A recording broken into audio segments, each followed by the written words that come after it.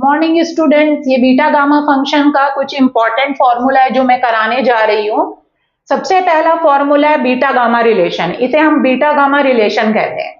जो फॉर्मूला है beta m n is equals to gamma m gamma n और नीचे दोनों का sum gamma m plus N.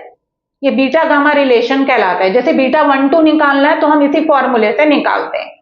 After that second gamma N gamma 1 minus N is equals to pi upon sine N pi होता है। यहां N है इसलिए N पाई, अगर 2 होगा तो 2 पाई।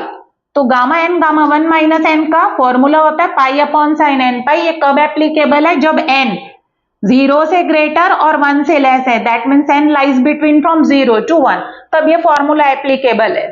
उसके बाद थर्ड फॉर्मूला डुप्लीकेशन फॉर्मूला, जिसको हम हिंदी में द्विगुणन सूत्र कहते हैं। इसका फॉर्मूला है gamma m plus half is equals to root pi gamma 2m upon 2 to the power 2m minus 1। ये हो गया। Next gamma n plus 1 is equals to factorial n. Gamma n plus 1 के दो फॉर्मूले, एक फैक्टोरियल में होता है और एक गामा में होता है। जो गामा वाला फॉर्मूला उसे रिकरेंस फॉर्मूला कहते हैं। Gamma n plus 1 is equals to factorial n कब होगा? एक कम में फैक्टोरियल कब लगेगा? जब गामा के अंदर लिखे क्वांटिटी पॉजिटिव इंटीजर है, उस केस में फैक्टोरियल वाला फॉर्मूला लगाएंगे। अब एक और है गामा एन प्लस 1 का फॉर्मूला एन गामा एन, इसे हम रेकरेंस फॉर्मूला लगते हैं। ये कहते हैं ये कब लगेगा?